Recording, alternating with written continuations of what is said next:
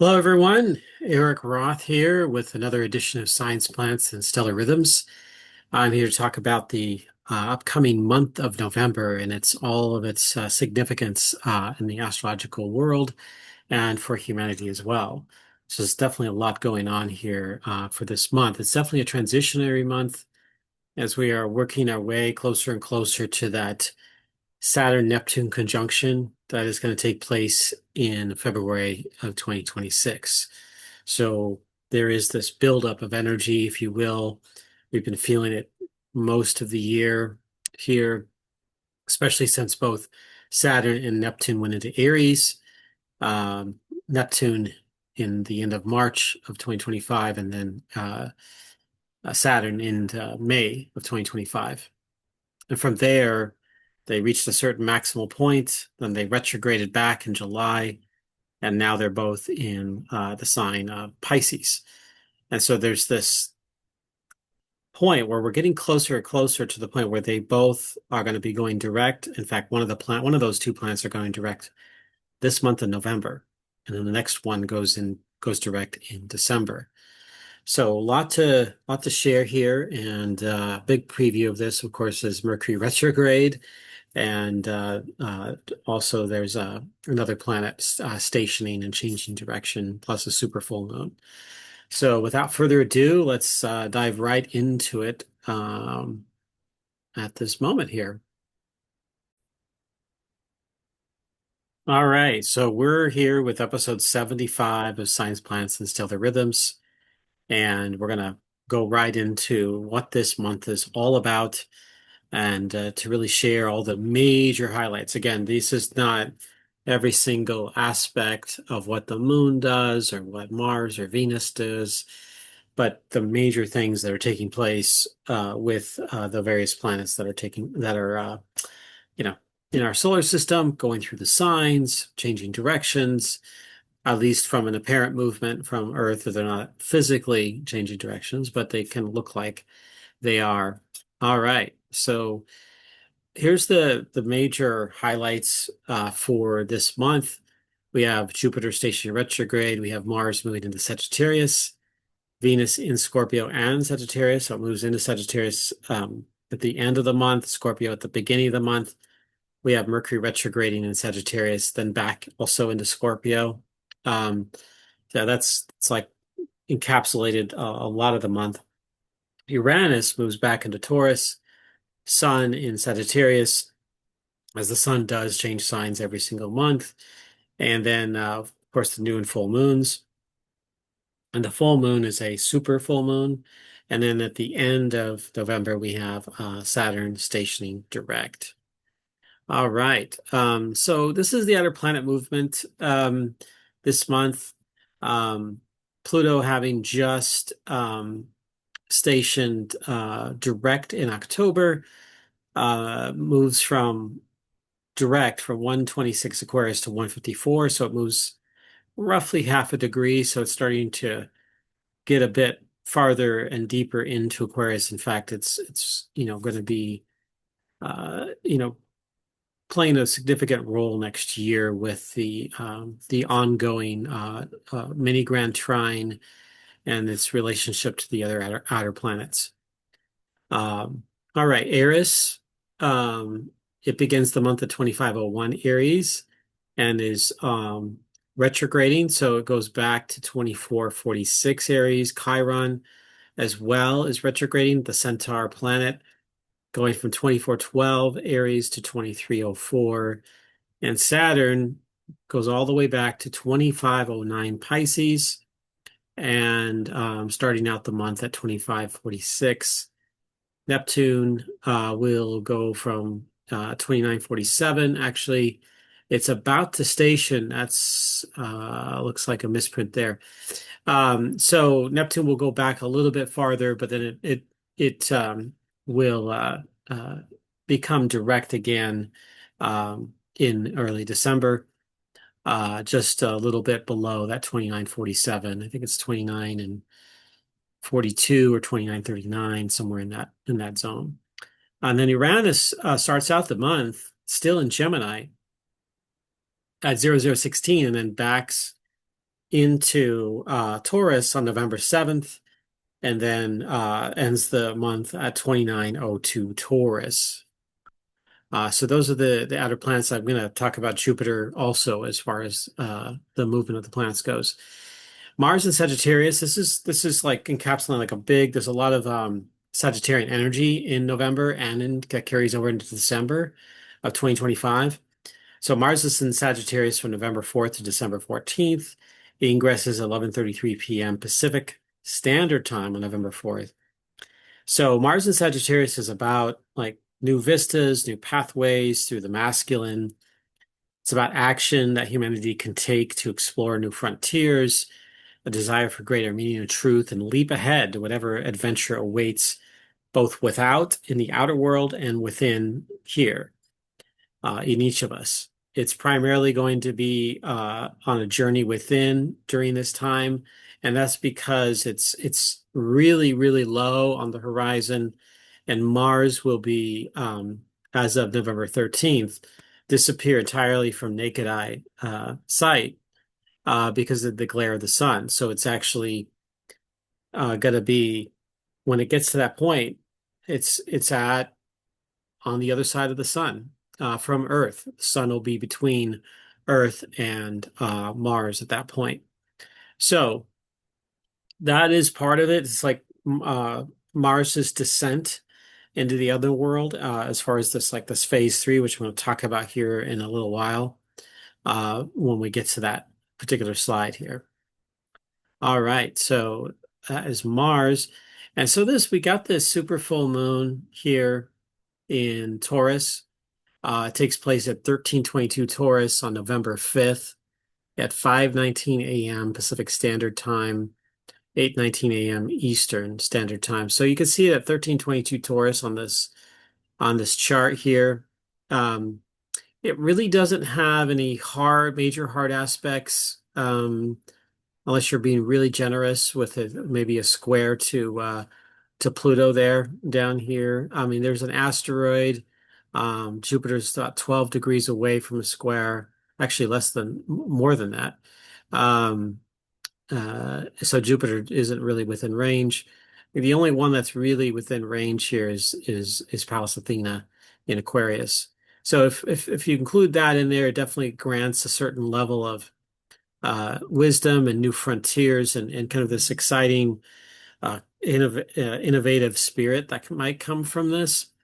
But there's a lot that is are associated with this moon. It's going to be super bright in the sky.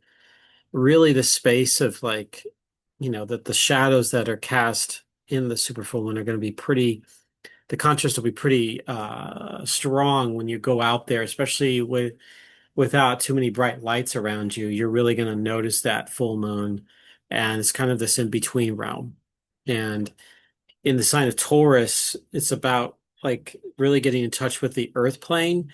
But in this kind of a silvery full moon like this close-up moon, it kind of really reaches in between worlds a little bit more. So it's not, so it's there could be a little bit of that discomfort that comes from this particular super full moon. And as that certainly affects the tides of the earth and the tides of the ocean as well. So the Sabian symbol of this full moon, which is B14 Taurus, we always add one number to that. This is about kind of adds a little bit more into that whole Taurus energy that the moon is going to be symbolizing during this time.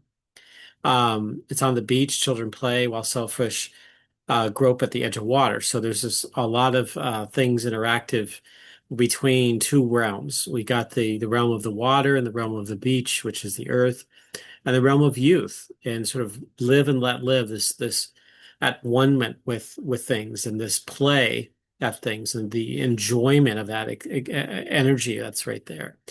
Interacting without really having any true purpose. You don't need to solve any puzzles or create any objectives or anything like that. So an interpretation that I've got here is that it relates to both our surface and deeper connection with Source and all that is, and life is celebrated. That's one of the things that Taurus is really I think, famous for, is really celebrating what it means to be human and to celebrate what it means to enjoy being in the body. When we can enjoy that experience, to the simple pleasures of life, Taurus can bring that up. And it's remembering the physical realm and Earth's bounty. So remembering why we're here in the physical realm as souls. And so this full moon may grant us a little bit more clarity about that. So here it is in the sky. Now, some of these stars will be washed out, I think, especially if you're in light polluted areas, um, because this moon is so really, really bright. This is the early morning I've got here of November 5th, 2025. But it's sitting right at the Ram constellation. But Menkar, which is a star that is part of Cetus the whale, it's the mouth and the face of the whale, the sea monster, if you will, and really relates to this the star that is opening up possibilities to help us kind of go through our own even death rebirth. The story of Jonah and the whale. He goes in and surrenders to that process in order to ultimately surrender to his destiny. So there's something about this moon that can may open up maybe a new frontier, or at least realign ourselves with what we really want in life. So that's Menkar is only about, I think it's about 14, 15 degrees of Taurus. So it's really close to the mark of where that full moon is. And then above the full moon, at least this is here in the early morning as the moon is coming to set, you're going to see Pleiades above that, Aldebaran. You'll see the great circle of stars, or the sacred hoop of stars, which is some of that is above the screen. There's Orion and some other stars out there like Sirius and Procyon that will be strongly visible too, depending on cloud cover, of course. And then we have also all Algol here in the Perseus constellation, representative of the stolen power of the feminine. And now it's not too close to this full moon, but it definitely is in the sign of Taurus, about 10 degrees away. So you have that also potentially being activated during this time, and especially as the moon travels on the next day, that algo will be activated there. All right, then on November 6th, we've got Venus moving into Scorpio. Started out in the month of Libra, having ingressed into that it would be October 13th, and then November 6th it enters into Scorpio. So this is a part where Venus's journey takes it through a sign that emphasizes the deeper mysteries of our interconnectedness with all that is and through life force energy. So it highlights our will and our relationship with power, control, and magic. There's greater depth of energy to Venus and Scorpio, evoking imagery of the goddesses Hecate, Ereshkigal, Pele, and the archetypes of the shaman and the sorceress. As highest level, Venus can reveal what was once hidden and be a turn on for our passions and desires in the middle world, but also kind of this sense of this almost this realization that we have the power to kind of control where we're going in our life to some extent. It's that allowing it to flow through us and to be in that space of a greater confidence about our life journey, and not to necessarily that we have to just be at the effect of everyone else's power, but we've got some power within us as well. Now, on November 1st and 2nd, Venus will be opposite Chiron in Aries. And then on the 29th, they'll have an opposition to Uranus just before Venus enters the sign of Sagittarius. So Venus is definitely going to be playing some roles with the outer planets in the month of November here. Then on November 7th, Uranus goes back into Taurus, retrograding back. Uranus is retrograde back into Taurus. It'll be for about 5 months, or over 5 months, actually 5.5 months, until April 25th of 2026. So this was a check-in with our relationship and of our material and other physical pleasures, comforts, and conveniences that populate our existence. The journey of Uranus and Taurus has provided some powerful breakthroughs in our convenience and our pleasures, but has also been disruptive at times, showing us both healthy and unhealthy reflections of our addiction to material wealth and security. Like this is really I've shared this in a previous videos, when I mentioned about Uranus and Taurus and the video of Uranus and Taurus. Specifically, at least there's a few in there where I talked about Uranus and Jupiter conjunction back in 2024, when Jupiter was in Taurus. So, this in this physical Earth plane, we definitely have this expanding addiction to growing wealth, physical wealth, and material stuff.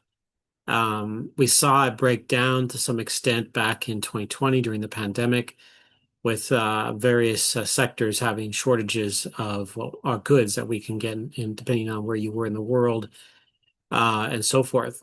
And so Uranus is showing us where we can, you know, certainly have breakthroughs and be able to really have this amazing wealth, but also like the breakthroughs and where it's really, really fragile too. So as Uranus moves into Gemini later in um, April of 2026, we're going to be moving into a totally different archetypal pathway and some other things that'll go on, which I think will relate back to what Uranus was trying to share with humanity, like this sense of like first world decadence and the those that have and those that don't have, and the fracturing or the fracturing, but the larger separation of that's been ongoing also over that 7 year period that Uranus has been in Taurus is is widening, and that usually leads to a lot of responses that are not necessarily pleasant for populations, and even for those that have are going to be at the effects of those that haven't in not too distant the future, I feel, based on what I've been seeing and this recent Uranus Taurus transit here. All right, Mercury retrograde in Sagittarius. This is really, I would say, one of the big things. Uranus moving back into Taurus has been a big thing. The other movements of Saturn and Jupiter, them switching directions is big. But this is really significant. So Mercury started out October 29th in Sagittarius, and it reaches on November 9th, it reaches 651 Sagittarius. That's when it stations retrograde, November 9th. And it lasts until the 29th of November. It goes all the way back to 2042. And it will re-enter Scorpio on November 18th. So it's going back and forth between two signs. So it's really this, both Scorpio and Sagittarius are being sort of alchemized here really, really strongly. And I liken it to the sort of if we could think of like a person exploring new knowledge and meaning and truth, but they're doing it in the darker places. They're doing it within the shadow. They're doing it within the greater mysteries, and they're having to face their fears as they're doing it. It can be very platonic to some extent, but also like enriched in a certain sense of willpower to be able to not just tough it out, but to go through it and to face that. So there's something about that, a reflection of that in this retrograde period where sometimes, especially communications, they don't work very well, whether it's electronic or if you're trying to talk to people and be clear with them. In a Mercury retrograde, you got to be very diligent and responsive in what you're saying, responsible in what you're saying, and making sure that what you're sharing to another person with another person, that they're understanding, or to the best of their ability, understanding what you're sharing. Because this is the time where there could be breakdowns, where truths can be shared that end up becoming not truths, and it's things that are where the sort of the field of maybe even fundamentalism breaks down, and this is where things get a little wonky. Um, it's not necessarily to be afraid of, it's just knowing that this is like it's trying to help you access the creative parts. And in Sagittarius, this is a intuitive, fiery, free-flowing, optimistic energy. It's about looking at the future, but in a retrograde, it's about kind of reflecting, introspection, going back a little bit. So this could bring up some of especially as it gets closer and closer to the sun. On November 20th, that Mercury and the Sun will conjunct in Scorpio. I'll re-mention this as I talk about Mercury and Scorpio. There's a slide for that. But then also on the 19th, the day before that, Mercury's in opposition to Uranus as it backs into Scorpio. So that whole retrograde period that goes back into Scorpio, I think is going to be maybe even stronger because of that the Mercury and Sun will conjunct, that it will be also opposite Uranus in back in Taurus at that point. So something to look toward in that 19th, 20th period there as this Mercury retrograde uh, sort of allows things to kind of unravel a little bit. And I think the deeper mysteries of that will start to come out, like hidden secrets and things during this time as well. So that could be related to some things that are happening in U.S. politics. Among other possibilities there. Jupiter stationing retrograde on the 11th. So this is just 2 days after Mercury stations retrograde. And what's interesting about this is that Jupiter will station retrograde 2509 Cancer here in a water sign. Saturn at the end of the month, the 27th, will station direct 2509 Pisces. So they're going to be in this period where they're going to be doing a lot of there's a lot of trine energy between these two planets for the month of November that'll carry over into December as well. And I've got a little slide about that. But Jupiter in Cancer, has recently expanded the definition of Cancer and family into that is beyond the core of blood family. There's definitely a rise of greater compassion for humanity and how we are one family. Sort of this counter agency to what, that there's been sort of the scourge of lack of compassion, lack of empathy out there in the world. More too tightly controlled in the family dynamics, and Jupiter's trying to expand this. So this could be really, really beneficial, but could also have people can resist that, and this could create more of this insulation in some people that are afraid of that expansion by leading to more racial, tribal, nationalistic zeal, and some of the shadow of that really coming out. Jupiter doesn't represent the shadow, but people kind of have a response, a reactiveness to that. So something to look toward as that retrograde period happens. Jupiter will end the month at 2430 Cancer and will be retrograde all the way until March 10th of 2026 when it gets all the way back to 15 Cancer. So then we have on the 12th, this is, like I said, a very active month. Mars Mercury conjunct, the second time in a series of three. The third time will be in January of 2026.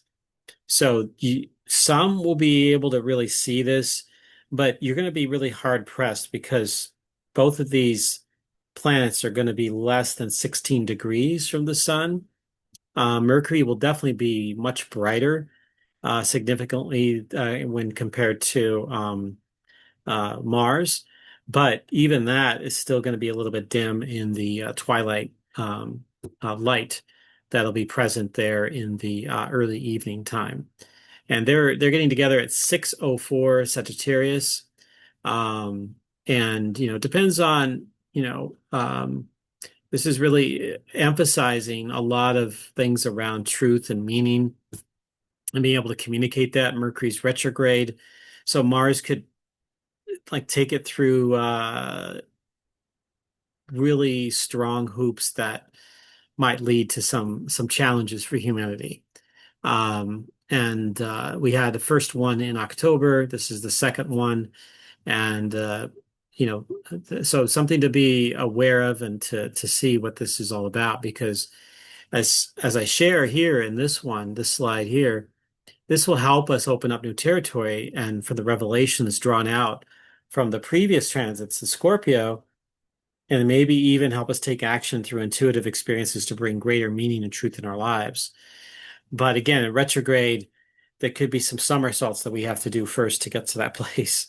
So the first one of the conjunction was October 19th. The second one will be January 17th. And all of them were going to be in three different signs. So Scorpio, Sagittarius, and then Capricorn. So it's really interesting that this is happening during this time. I think Mars is definitely playing a very significant role in how things are being expressed right now. And then the next day, Mars disappears, um, November 13th, 2025, at 6:42 Sagittarius. This is entering a whole new phase of what Mars is. In fact, later that month, Venus also disappears. So both of these planets this month will be not be visible from an unaided eye. You may be able to see it with maybe binoculars or a small telescope, but from the naked eye perspective, it's really going to be out there. And usually when we see this for Mars, it's meaning it's like when it's about 15 degrees from the sun. So, this is a time where the masculine itself symbolically is surrendering. The action-oriented Mars has now stepped into the shamanic underworld to experience the death rebirth process. And it's going to be some months before it rises again in the early morning sky. So it's been in the evening this whole time since the beginning of the year of 2025, and now it's going to be heading into what they call phase 3 of the synodic cycle. So the death rebirth process is going on. It can be also likened to sort of the Okipa or the sun dance, where it's that surrender to Great Spirit, surrender to the community, to Earth, and kind of allowing the ego to just take a back seat, surrendering that and allow yourself to be of service in some way to the greater whole as you go into the underworld there.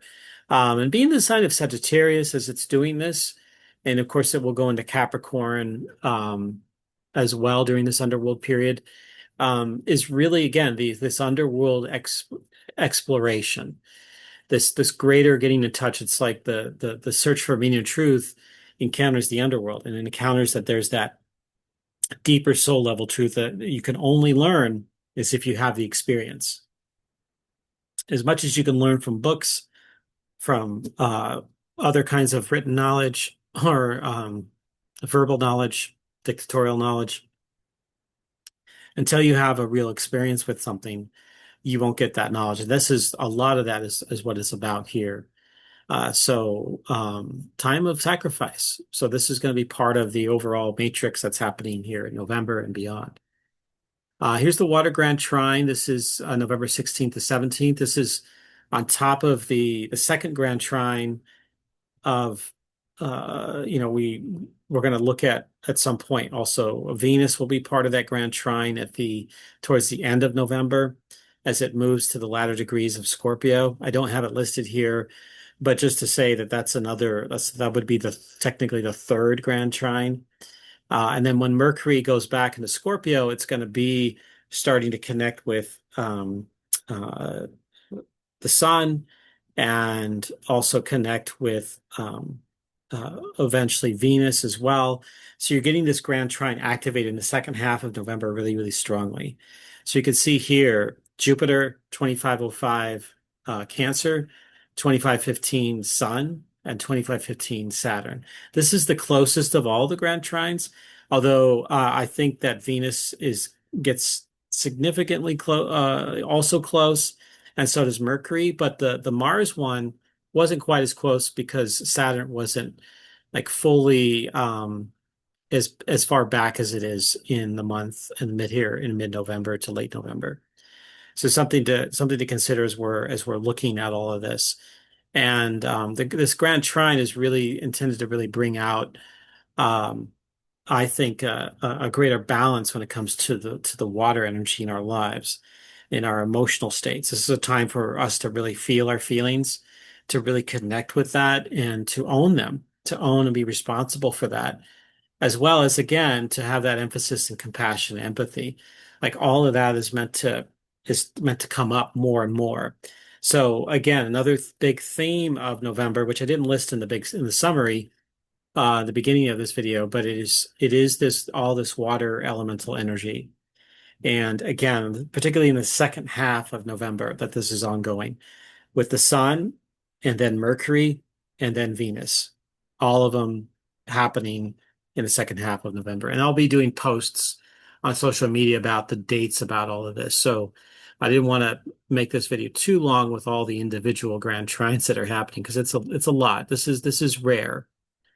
I talked a lot about this already, but I wanted to refresh this, that Mercury in Scorpio is again deals with feelings, it deals with life force energy, in the retrograde pattern, before it goes direct on November 29th. It's immersed in itself, the turn-ons and control, and the shadow of that can also lead to self-destruction. It could lead to reactive forces that are toxic to themselves and to others around them. But as healthiest level, it's like gaining knowledge from the deeper realms, working with the control and mastery of the emotional physical domain. And that can be done through various practices like different yogic techniques, breathing techniques, different physical movement techniques, like in this case of like martial arts or qigong. These are things that are really can get the mind into the body, into the feeling realm, and to be able to work with that energy really, really strongly. So I think it's going to be helpful for people that are conscious, are able to really work with that and participate with that, especially if you've got, like, for people that have Scorpio and Sagittarius in their charts. um, November, December are really big months, not just because, those are the months that typically where, those energies are present anyway, but because Mars is also moving through that area of the chart. And Uranus is opposite Scorpio. So then the Mars Mercury conjunction period, like that's really emphasized really, really strongly. All right. So then we get into the Scorpio new moon, which happens on the 19th.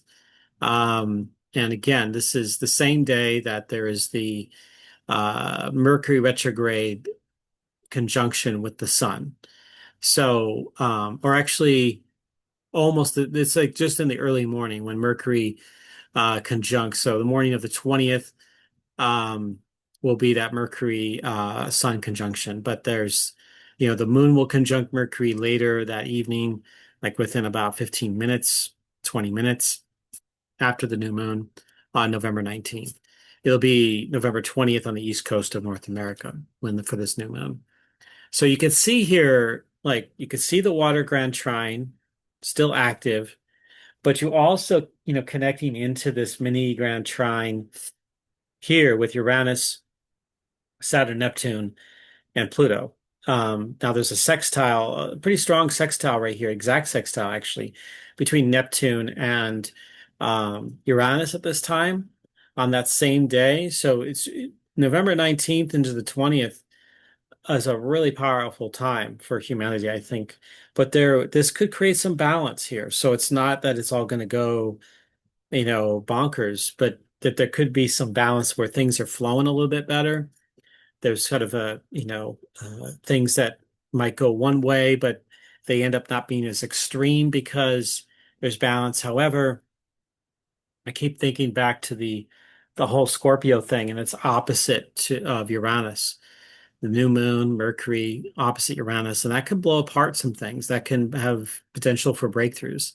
So for those that have some of these personal energies or personal chart transits that are happening, and some of these planets are part of that, be aware of this time frame here. This is really, really strong. The Saban symbol of this new moon is Native woman pleads to the chief for the lives of her children. It's essentially making arguments to fight for what's right, to fight for not just necessarily family, but those that you love. And it can really be revelatory about patterns in our lives. Um, and I think there's certainly like Scorpio, I've always found to be like the most fiery of the water signs. So it can come from a very, very deep reservoir of emotion, of feeling, and this sort of this advocate energy that's coming through here. Um, but at the same time, all of this is happening. You've got Jupiter in Cancer, Saturn in Pisces, Neptune in Pisces, also in that relationship with this new moon. And so it brings up, potentially like really coming from the place of the heart.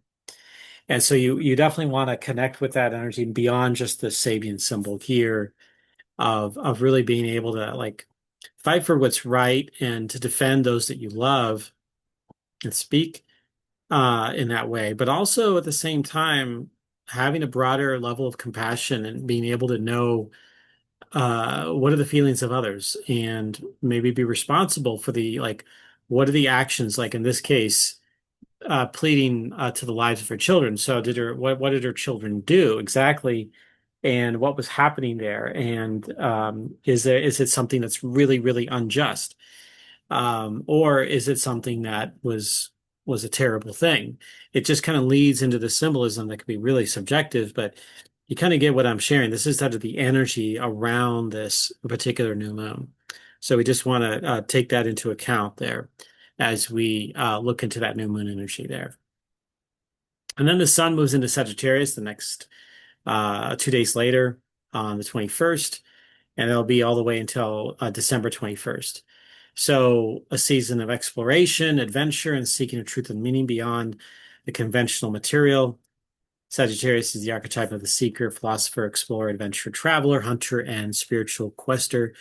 It tends to shine a torch of hope in the future and alive and lives to see what the dawn brings. But I do think that definitely we need this energy to come in, but there's also a realization that there's still some shadow energy around this because of Mars in the underworld in Sagittarius and Mercury going through its back and forth between Sag and Scorpio. So there could be, some really intense energy that comes through during this time. But I would recommend that people, in Sagittarius to kind of may give them a little bit of spark of hope, a spark of something to look forward to, that this current state of society is not permanent, um, that there is a greater dawn beyond where we are, and that every day washes the energy, if you will, of the previous day. It doesn't erase the memories. It doesn't erase the responsibility of those that have taken, say toxic actions or, where we had challenging times or we felt and recovering or we're grieving something. It's saying that there's something beyond and that we're here to also grow and find meaning and truth in the world. And so Sagittarius gives us that feeling. And so the sun's energy in this, which in shamanic alchemical astrology is the fuel that we burn to reach our life purpose. So for humanity, we're kind of tapping into that fuel, saying that there's a spark of some hope here. So let's look at that and seize upon it, not as to take over everything else, but as part of the overall way that we can navigate the future. And then later, Venus moves into the underworld on November 25th, 2025, and it will be hidden in the glare of the sun from November 25th, 2025 till February 17th, just 3 days before the Saturn-Neptune conjunction happens. So really interesting time. So as it does that, Venus, this is just before Venus moves into Sagittarius. It's in Scorpio when it moves into the underworld. Um, and again, this is the surrender. It's like in a sense of like Mars surrendering. It's sacrificing itself. But in this case, the feminine, it's more about surrendering its qualities and its power in order to purge, in order to flush out, in order to recharge itself. This follows the story of Inanna going into the underworld, and she's doing that in order to go to the funeral of a loved one, Inanna being the precursor to the goddess Venus of the Roman, uh, or Aphrodite of the Greco, the Grecian goddess. So Erich Kegel, who's his sister, says you got to surrender, you got to die in order to be in the underworld, because only one god that or one deity that could go through the underworld and come back without having to die, and that's the sort of the Mercury Hermes figure. Um, and so then she gets reborn. So back in as we go into February of 2026, she gets reborn so that she surrenders to herself. So this is sort of a time to go into our own wilderness, a time to purge out things that no longer belong, a time to do some deeper journeys. Um, and it's interesting that both the feminine and the masculine, Venus representing the feminine, Mars representing the masculine, are both going to be in the underworld at the same time. That's doesn't happen too often, but it does. Like every 6.5 years, they follow this pattern. And so the last time that was going on was in the summer of 2019. So it was just before the pandemic hit. And that was totally different. It was like worlds apart from where we were when where we are today and the polarization that's happened. So with them both in the underworld, they're actually going to be Venus is going to be catching up with Mars during this time. So they'll have a meeting between the masculine and feminine in the underworld. So it'll be a deeper, like a bridge in the unconscious, realm, and the dreams and the deep realm that we need to meet in order to really rise and come together here in the conscious realm. So this is something we'll talk about later in the patterning. I may make another video specifically about Venus and Mars coming together, which they don't in November. I think it's either in December or January. I'll have to look up the planetary tables and see when that actually happens there. And then Saturn stations direct at 2509 Pisces.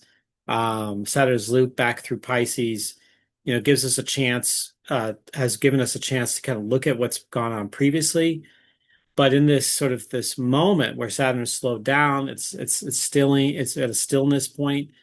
So like this is a chance for us to understand, the practical gifts of the reformation of spirit within ourselves and our relationship to that, and the process needed to be at one-ment with the greater universe.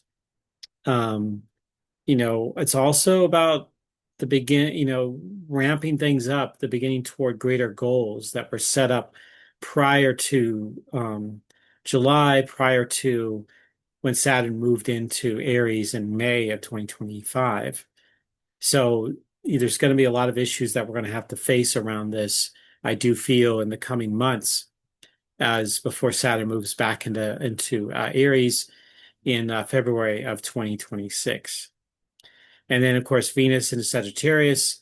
I talked a lot about that. There is things happening as it does this. The day before, there's a Venus-Uranus opposition. And then the beginning of the month, Venus is opposite Chiron and Eris, while she's still in Libra before she end up uh, moving into Scorpio and then Sagittarius here at the very end of November here. Okay, so here's the breakdown of the month. There's a lot of activity. Normally, I don't have this many things filled up here, but you can see the water ground trine with the sun and Mercury. Like if you include Mercury in there, you'd include the 18th as part of that, and then Venus towards the 20s, November before Thanksgiving here in the U.S. So we've got all that taking place there, before. So Venus, I would say probably in like the 24th, and then maybe up to Thanksgiving, and if we include Neptune in the trine, up to about the 29th of November. There's Mars in the underworld, there's Venus. So you could, you know, freeze the video on this particular frame here. This is something I'll post on social media as well. And, I'll maybe share it also through my newsletter too. So, all right, there's November 2025. Thank you all for being a part of this. I do this for a living. Please like and subscribe to my video, my channel, if you like that, or if you want to share it with others, that'd be very appreciated. It helps me build things, it helps me keep things going. My website's inspiralnexus.com, and you can also go to mystaralchemy.com for some online courses that I do with Caitlin Castell. So thank you all for being here, and I look forward to sharing again in a not too distant future. Take care, everyone.